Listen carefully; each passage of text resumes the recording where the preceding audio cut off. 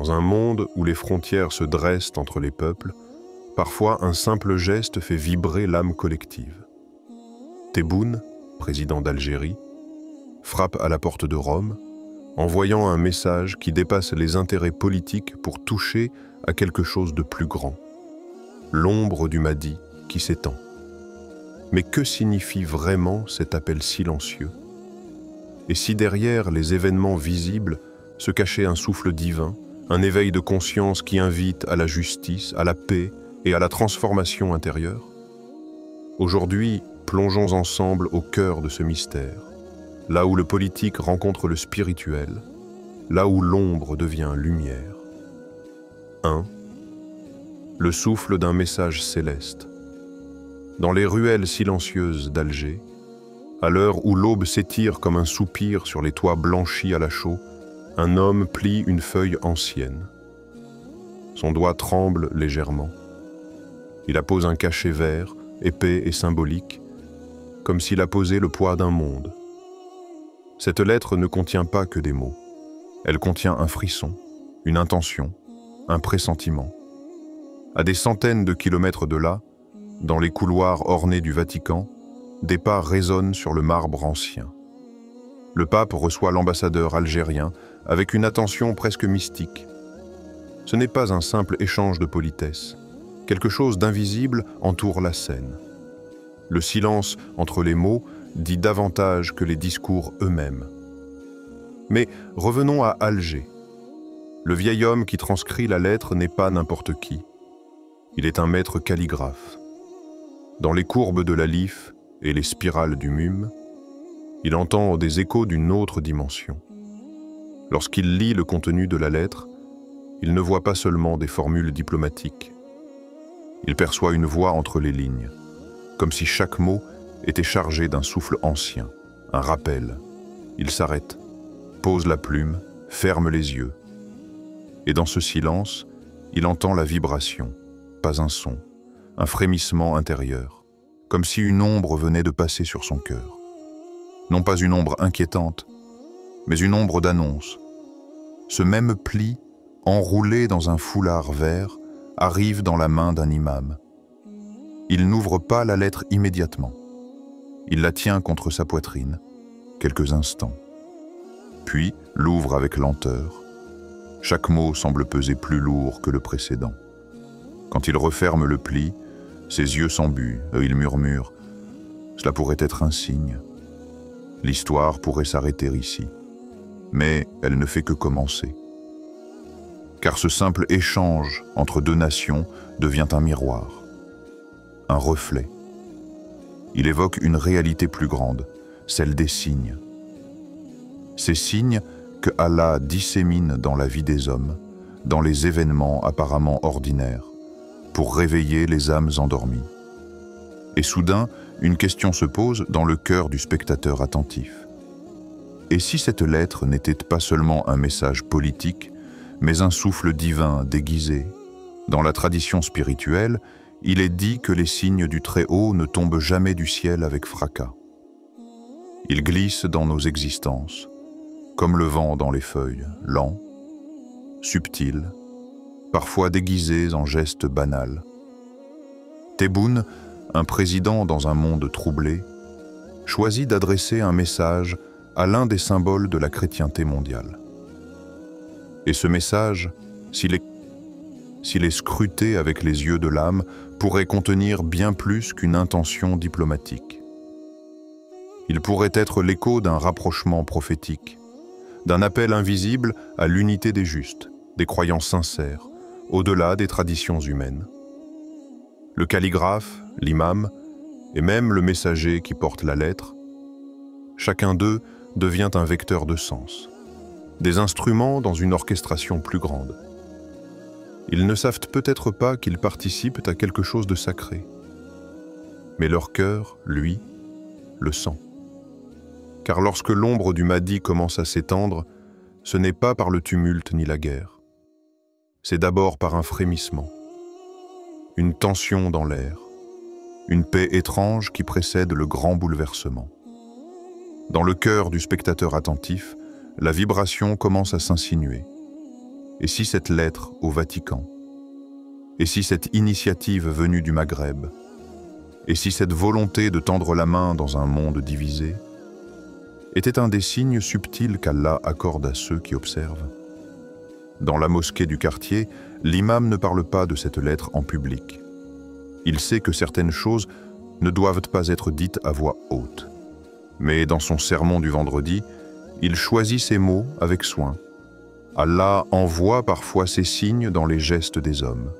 Ce qui vous semble politique peut être spirituel. Ce qui vous semble diplomatique peut être prophétique. Et dans l'assemblée, un jeune homme, une larme dans l'œil, serre les poings. Il ne sait pas pourquoi, mais il a ressenti quelque chose. Une chaleur dans la poitrine. Un besoin de prière. Le bruit d'un vent dans un minaret. Le grattement d'une plume sur un parchemin. Un chuchotement, presque un soupir. Et toi, qui regardes cette scène à distance, que ressentirais-tu si un simple geste politique devenait un message spirituel? Et si cette lettre, écrite sur du papier, transperçait ton âme? 2. Conscience humaine, la diplomatie comme éveil.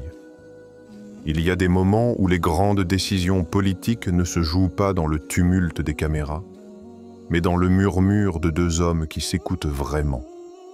Quand la diplomatie dépasse les intérêts, elle devient prière silencieuse. Elle devient lumière. Le soleil caresse les pierres anciennes de la place Navone. La lumière glisse lentement sur les coupoles dorées. Au sein d'un bâtiment discret, non loin du Vatican, deux hommes se retrouvent dans un salon privé, orné de tapis anciens et de versets gravés en arabe et en latin. L'un est un diplomate occidental, l'autre, un savant musulman aux cheveux grisonnants, au regard limpide. Entre eux, une table basse, 2 tasses de thé à la menthe et un silence habité. Je ne comprends pas. Pourquoi maintenant? Pourquoi ce message envoyé depuis Alger? À quoi cela répond-il réellement? L'érudit, souriant légèrement. Il ne répond pas. Il anticipe. Il ne vise pas un enjeu politique. Il souffle sur une conscience mondiale endormie. Il annonce que les signes commencent à résonner dans les lieux inattendus. Le diplomate se redresse, intrigué. Il fixe les motifs sur le tapis, puis relève les yeux. Les signes... Vous parlez de ce que vous appelez la fin des temps, n'est-ce pas? L'apparition du Mahdi, ce n'est qu'un mythe pour les masses, non? Le savant ne réagit pas tout de suite. Il ferme les yeux, prend une longue inspiration, puis murmure. Et si la fin des temps était en réalité le réveil d'un autre temps, un temps qui dort à l'intérieur de nous? Le Mahdi n'est pas un personnage fantastique. Il est la réponse d'Allah au chaos des hommes. Il est le miroir de la justice divine que nous avons refusé de porter nous-mêmes. Un long silence. Puis quelque chose se fissure dans le regard du diplomate. Il n'argumente pas. Il contemple. Par la fenêtre, il regarde les dômes du Vatican, les pierres blanches baignées d'or. Et soudain, la ville ne lui semble plus la même. Elle n'est plus Rome. Elle est un symbole, un espace sacré, un lieu d'attente, un théâtre prêt à accueillir un événement plus vaste que la politique. Diplomate, hésitant, puis plus lentement. Est-ce que l'histoire de l'humanité pourrait être une prière en devenir? Le savant sourit. Son silence répond davantage que 1000 discours. Il y a des moments où la vérité ne s'impose pas. Elle se révèle, comme l'aube. L'homme face à elle ne se débat pas. Il s'incline, non pas par soumission, mais par reconnaissance. À cet instant précis, dans les murs du Vatican, ce simple échange, presque confidentiel, devient un événement céleste. Non pas pour les journaux, pas pour les caméras, mais dans le monde de l'invisible. Les anges, eux, prennent note. Et tandis que le monde regarde ailleurs, les crises, les conflits, les traités, Un lien invisible vient d'être tissé, pas un traité, pas une alliance militaire, un pont de conscience. Il faut savoir que dans l'histoire sacrée de l'humanité, les vrais tournants ne sont pas faits de bruit. Moïse n'a pas crié à la mer Rouge, Jésus n'a pas hurlé à la croix, et Muhammad, paix sur eux, n'a pas imposé son message par l'épée. Le divin passe par le souffle, le regard, le cœur. Et ce jour-là, entre ces deux hommes, un souffle est passé. Dans le cœur du diplomate, quelque chose s'est ouvert. Il rentre chez lui ce soir-là, sans rien dire à ses collègues. Mais il regarde sa ville avec d'autres yeux. Il voit les passants comme des âmes en marche, les fontaines comme des ablutions suspendues, les coupoles comme des mains levées vers le ciel. Et s'il ne s'agissait pas de convaincre, mais d'éveiller? Et si le véritable rôle d'un diplomate n'était pas de négocier, mais d'écouter les souffles cachés dans les gestes de l'histoire? La conscience humaine, ce théâtre intime où se joue l'appel d'Allah. Ce lieu fragile où la parole politique peut se muer en révélation silencieuse. Comment la diplomatie peut-elle éveiller une conscience plus vaste que les intérêts humains? Peut-être en se souvenant que tout pouvoir sur terre n'est qu'un reflet du pouvoir suprême, et que chaque geste politique, même infime, peut devenir un signe pour celui qui sait voir. 3. Le souffle du Mahdi et la sagesse prophétique. L'ombre du Mahdi n'est pas une menace. Elle ne se pose pas comme un voile sombre, mais comme une caresse de lumière sur l'âme. Elle n'effraie pas, elle réveille, elle fait lever les cœurs. L'atmosphère est épaisse de calme et d'encens. La lumière traverse les vitraux colorés et s'étale doucement sur les tapis. On n'entend que le froissement de pages et le souffle d'un enseignant. Assis sur un tapis de laine, usé par les genoux des pieux, un vieil érudit parle. Elle s'assoit sur un banc, ferme les yeux, et des larmes silencieuses coulent sur ses joues. Pas de tristesse. Une paix inconnue, une reconnaissance. Ces mots, bien que venus d'un autre horizon, sont comme un écho de ce qu'elle porte depuis l'enfance. Le langage de l'âme est universel. Elle comprend, ce message parle au-delà des dogmes. Il parle à l'esprit. Portée par une force invisible, Maria entre dans la basilique Saint-Pierre. Elle s'agenouille dans un coin discret et sans prononcer un mot, elle prie. Non plus pour elle seule, mais pour l'unité de l'humanité. Pour que la lumière du juste, qu'il s'appelle Mahdi, Messie ou Paraclet, soit accueillie dans chaque cœur sincère. Elle chuchote, « Seigneur, si ta lumière passe par d'autres chemins, aide-nous à ne pas les rejeter, mais à les reconnaître. » Et si le vrai miracle était là?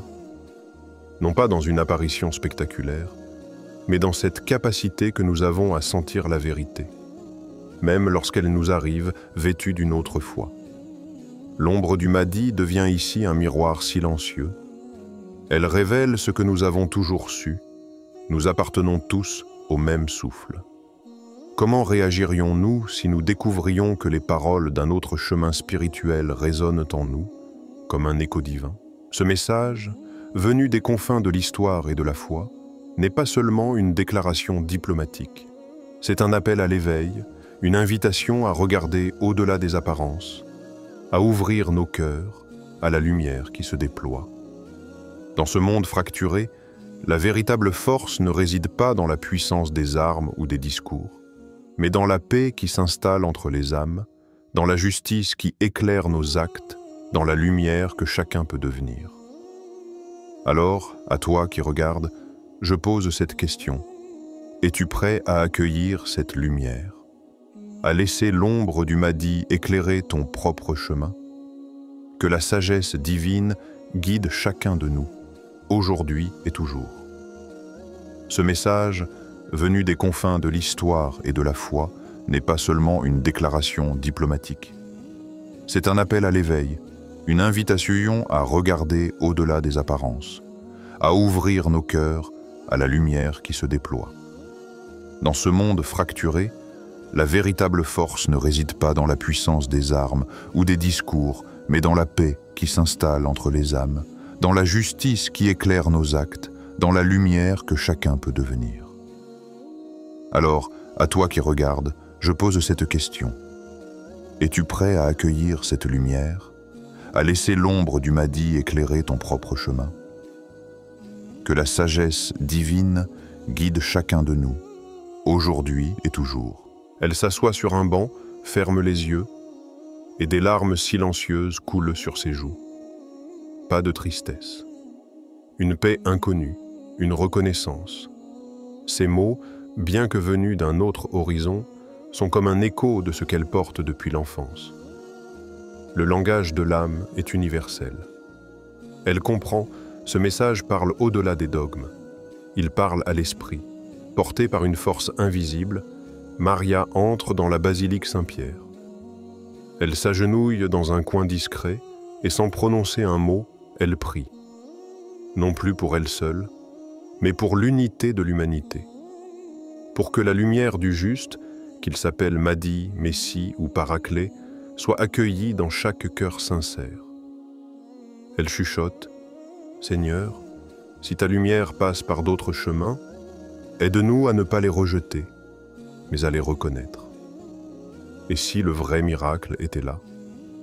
Non pas dans une apparition spectaculaire, mais dans cette capacité que nous avons à sentir la vérité, même lorsqu'elle nous arrive vêtue d'une autre foi. L'ombre du Mahdi devient ici un miroir silencieux. Elle révèle ce que nous avons toujours su. Nous appartenons tous au même souffle. Comment réagirions-nous si nous découvrions que les paroles d'un autre chemin spirituel résonnent en nous, comme un écho divin? Ce message, venu des confins de l'histoire et de la foi, n'est pas seulement une déclaration diplomatique. C'est un appel à l'éveil, une invitation à regarder au-delà des apparences, à ouvrir nos cœurs à la lumière qui se déploie. Dans ce monde fracturé, la véritable force ne réside pas dans la puissance des armes ou des discours, mais dans la paix qui s'installe entre les âmes, dans la justice qui éclaire nos actes, dans la lumière que chacun peut devenir. Alors, à toi qui regardes, je pose cette question. Es-tu prêt à accueillir cette lumière, à laisser l'ombre du Mahdi éclairer ton propre chemin? Que la sagesse divine guide chacun de nous, aujourd'hui et toujours. Ce message, venu des confins de l'histoire et de la foi, n'est pas seulement une déclaration diplomatique. C'est un appel à l'éveil, une invitation à regarder au-delà des apparences, à ouvrir nos cœurs à la lumière qui se déploie. Dans ce monde fracturé, la véritable force ne réside pas dans la puissance des armes ou des discours, mais dans la paix qui s'installe entre les âmes, dans la justice qui éclaire nos actes, dans la lumière que chacun peut devenir. Alors, à toi qui regardes, je pose cette question. Es-tu prêt à accueillir cette lumière, à laisser l'ombre du Mahdi éclairer ton propre chemin? Que la sagesse divine guide chacun de nous, aujourd'hui et toujours.